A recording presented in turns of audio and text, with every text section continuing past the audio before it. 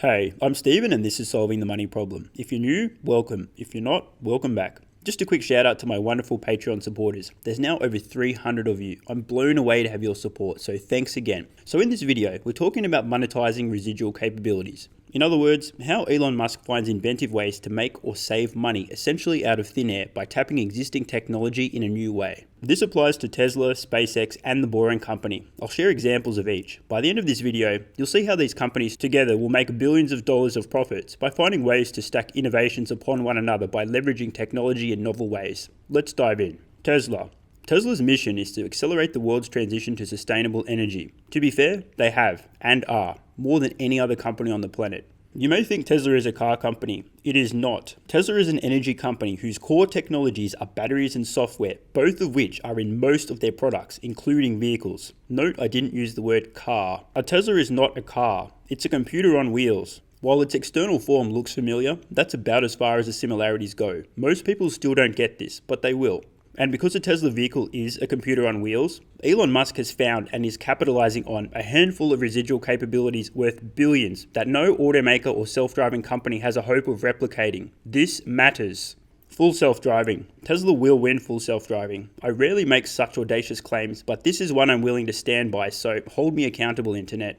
There are many companies attempting to solve full self-driving. The two most notable besides Tesla are Cruise, owned by General Motors, and Waymo, which was spun out of Google's self-driving project. Cruise and Waymo have a very narrow focus, solving full self-driving. To do this, they both fit an expensive sensor suite to an existing vehicle and then effectively pay engineers on six-figure salaries to drive the vehicle and collect data. This is both arduously slow and stupendously expensive, but data is how full self-driving will be won. I won't give a lesson on deep learning today, but the importance of data, lots of it, cannot be overstated. Whoever has the most data will win.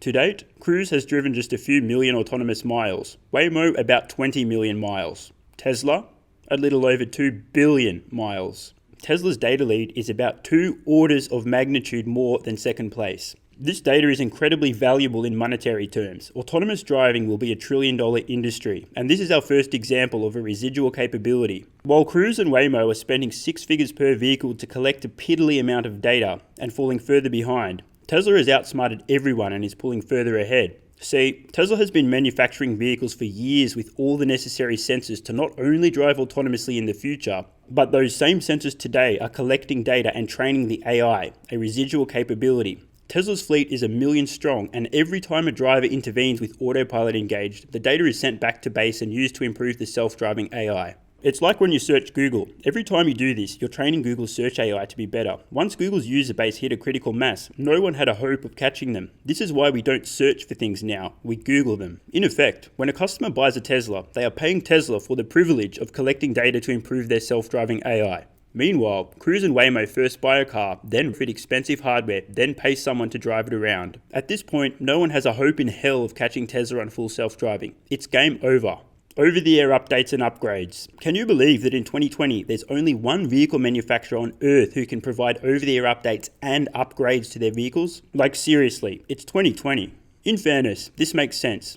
Automotive manufacturers are good at hardware and manufacturing, but in general, suck shit at software. Then along comes Tesla, who make a computer on wheels and are great at software. By building smart vehicles, Tesla has created a number of residual capabilities. Teslas get better after you buy them. I don't just mean the infotainment. I don't just mean new features like Sentry Mode, Dog Mode, or Smart Summon, although those are cool. I'm talking about over-the-air performance and feature upgrades. Being a computer on wheels, Tesla can basically overclock their vehicles. Tesla has increased range over the air, increased acceleration over the air, decreased braking distance over the air, increased charging speeds. These are real, legitimate performance improvements that are simply impossible to offer in a dumb car. Many of these are free, but others come with a price, like the $2,000 acceleration upgrade or the $300 rear heated seats upgrade. The amazing part is for Tesla, this is money out of thin air, just a few lines of code. Truly absurd.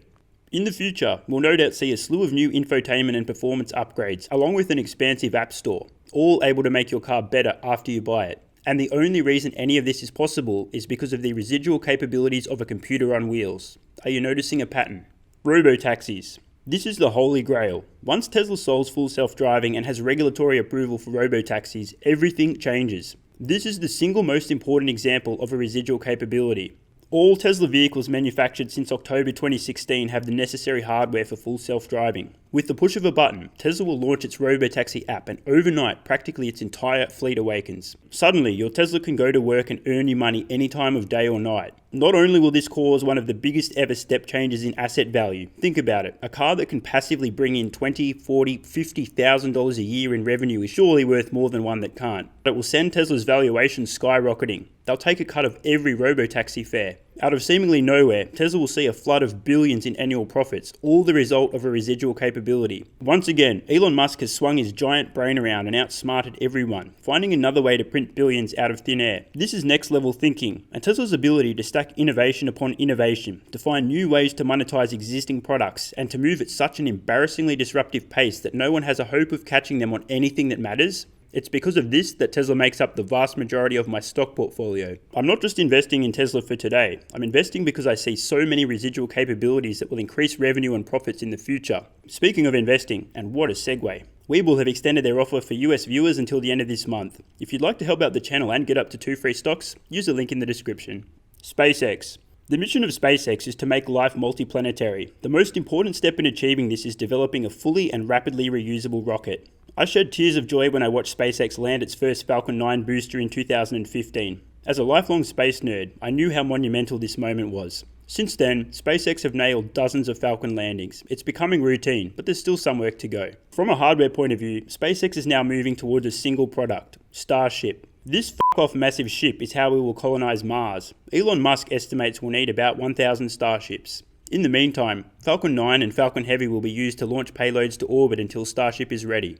Starlink. To date, SpaceX is the only company who can reuse their orbital class rockets. This brings their launch costs down by a staggering amount and accounts for why SpaceX is doing more than half of all launches worldwide. And with lower launch costs come residual opportunities that were previously impossible. Not only can SpaceX launch other people's stuff for pennies on the dollar, but they can launch their own stuff, which creates an opportunity to do things that literally no other company on planet Earth can. Like Starlink, an internet constellation that will ultimately provide broadband access to every square inch of the planet, give or take. Starlink looks set to bring in billions of revenue annually, and the entire business is only possible because of reusability. Starlink, which could become a $100 billion company, is basically a happy accident of trying to colonize Mars. Talk about a residual capability. Starship Earth to Earth. This week I released an exclusive video for my Patreon supporters on why Starship Earth-to-Earth transport will make billions. Soon after, I realized many of you were unaware of this residual opportunity, so let's watch this clip from 2017.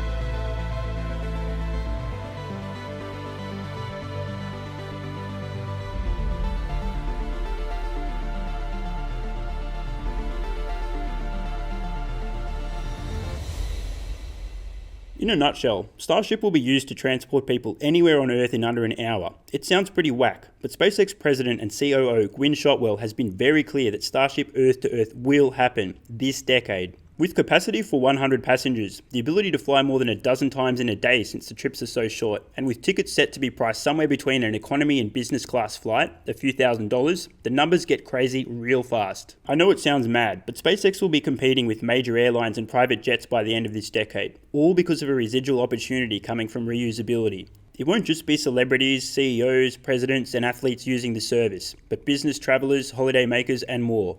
And then there's the time thing. If you need to move something or someone to another place on Earth as fast as possible, Starship will be the only option. Imagine a medical emergency, or an urgent matter of national security. While Starship Earth-to-Earth transport probably won't become the next American Airlines, it will nevertheless be an important piece of the revenue pie, which is kind of amazing considering that's not why Starship's being built. The Boring Company.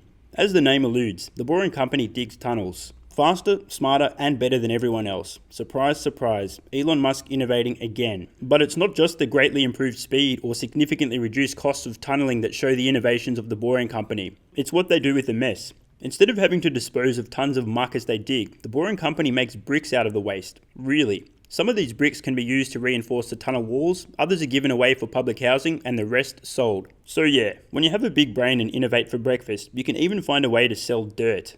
Elon Musk has proven himself as a master of extracting new value and opportunity from an existing product or technology, not once, not twice, but many times across many companies. The result is that these 170 IQ moves will make billions out of thin air, embarrass much of the so-called competition, and inspire others to follow suit. Elon Musk is operating on another level. People fail to see the hidden potential buried in the products and technology his companies create. He's laying the foundations for future revenue, and no doubt he'll think of dozens more ways to print billions in the future. Your job is to pay attention and to notice. As an investor, if you identify opportunity before others, you're at a distinct advantage. What other seeds of potential are germinating beneath the surface of Tesla, SpaceX, and the Boring Company? Time will tell. I'm Stephen Mark Ryan, this is Solving the Money Problem, and I love you all. Thanks so much for watching. Let me know your thoughts in the comments below. What is the most exciting residual opportunity? Can you think of others? And of course, if you have any ideas for future videos, let me know. I read all your comments. PS. If you're still watching, you're awesome. This channel has kind of blown up since it launched, and I'm working on making the best possible content for you guys, but it takes time. Consider supporting the channel at patreon.com/solvingthemoneyproblem so I can continue creating content for you guys. There's a link in the description. Either way, the best kind of support is you being here and watching, so thanks again.